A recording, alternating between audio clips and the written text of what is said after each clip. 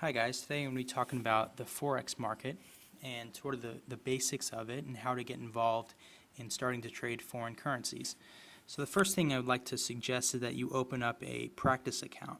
Now it doesn't matter where you open this up. I suggest investopedia.com because you can sign up and they have a embedded Forex platform, so you don't have to download anything, and it's 100% free and it's pretty accurate to what the other expensive programs and platforms would offer. So it's a really good, tool to get you used to what Forex is, and you can play around, not lose any real money, and sort of get the feel of things.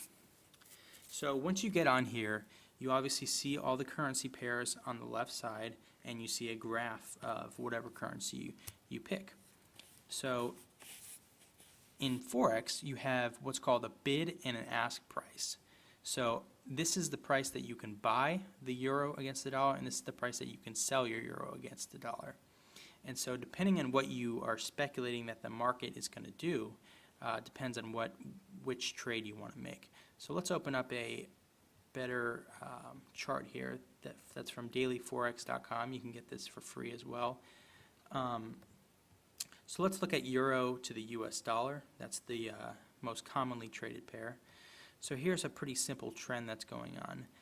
It's clearly going up and down, up and down, up and down. So when it's going up, the euro is appreciating against the dollar, and then when it's coming down, the euro is depreciating against the dollar. So here it looks like it just made a pretty strong trend up, and then it should be breaking at this point and coming down. So if we wanted to try to profit off that, we would be betting that the euro is going to depreciate, so we would want to sell the euro. So you would come over here and click sell. I've already done that for you just to show you guys. And here is the trade down here. So obviously from that point that when I've done that to now, it's only gone down about 1.6 pips. So I haven't really made too much of a profit yet. But hopefully if the trend continues, you could make a profit on that. So let's go up here again and talk a little more about the currency pairs over here and what this all means. So the difference between the price you can buy at and the price you can sell at obviously is around 3 points, or what they call pips. A pips is just one movement in the currency pair.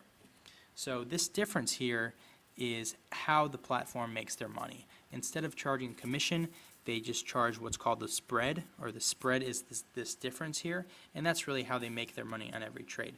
So let's say if I bought right now for 19 and I sold the same second for 16, I would be down 3 pips. So that 3 pips right there is the automatic commission basically that the platform is taking. So in order to make profit, you have to first cover the spread, and then anything after that would be profit. And it depends on what currency pairs you're looking at. The more highly traded currency pairs are often the ones with the lowest spread, so that's basically the lowest commission. Obviously, if you're trading like Chilean pesos and Afghani, whatever their currency is, the spread's going to be a little more, and it's going to cost a little more for you to make that trade. So let's go ahead down here and look at our trade, what we just made. So we're betting again that the euro is going to depreciate against the dollar, and then when it gets down to a point where we like it, let's say at this horizontal line I put in would be a good spot at 1.3543. So when it gets down to there, we'd be hoping to buy back that currency, and then the difference in the exchange rates is where we made our profit. So let's say we didn't have time to sit around here and we wanted to make sure that trade got met if it ever went down there. You can go ahead and put in what's called a take profit or a limit order. You can also do that for downside protection as well. So let's say I was wrong about the speculation and that instead it made a strong uptrend from there and started a new trend. I could put in, let's say, I'll put in a line right. Oh, sorry, wrong one. I could add in what's called a stop loss, where basically it would stop you before you lost too much money. So we'll go ahead and put in both of those just in case and see what happens. So first let's put in our take profit or our limit order. So 1.3543, that's where we're hoping it would go. So the currency go in here, down here, and we're going to add a condition. So we're going to do take profit and a stop loss. So what we wanted at our take profit was 1.3543. So let's go ahead, 1.3543. And the stop loss was up at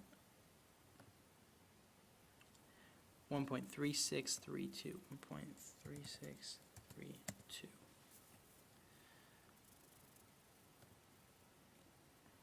Okay, so you can see right here that our stop loss went in and our take profit also went in. So just in case any of those things happen, we will be protected by our profit will be protected if we ever hit this margin, and our losses will also be minimized if it ever decides to trend up. So that's pretty much the basics of Forex, the very, very basics.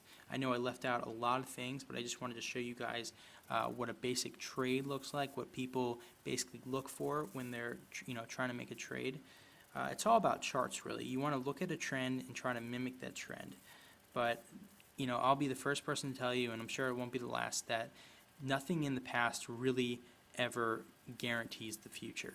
So you never really know what's going to happen. You can be almost certain that the trend is showing that it'll depreciate and it'll shoot up 100 pips or so, and like that you'll be out a couple $100 or whatever.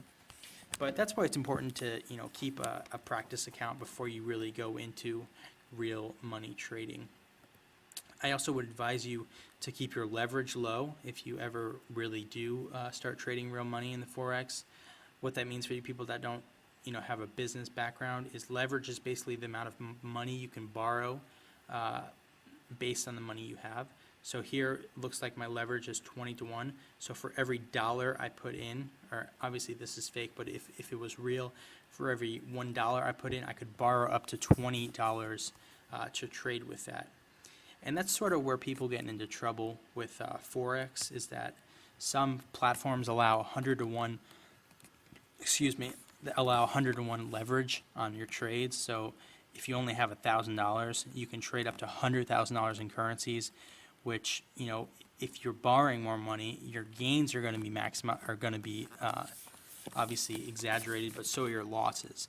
So any small decline in the market could cause you to lose that $1,000 like that, and that's where the rumors really come from. So as long as you keep your leverage low and only make small trades and practice on your practice account before you really start doing this, you should be fine. You won't lose a dramatic amount of money, unless, like I said, you're being stupid with the amount of money you're trading.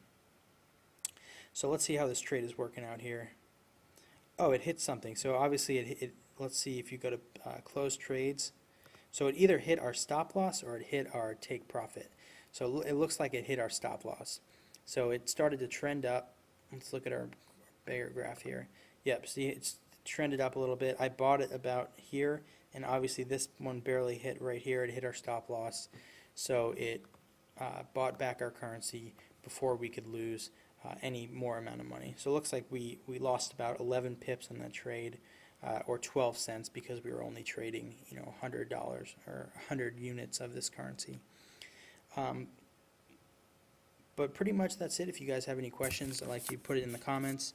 I will be making more videos about more advanced topics in Forex, but I just wanted to show you, like I said, a basic Forex trade and what people do and how they protect their gains and their losses. So let me know if you guys have any questions.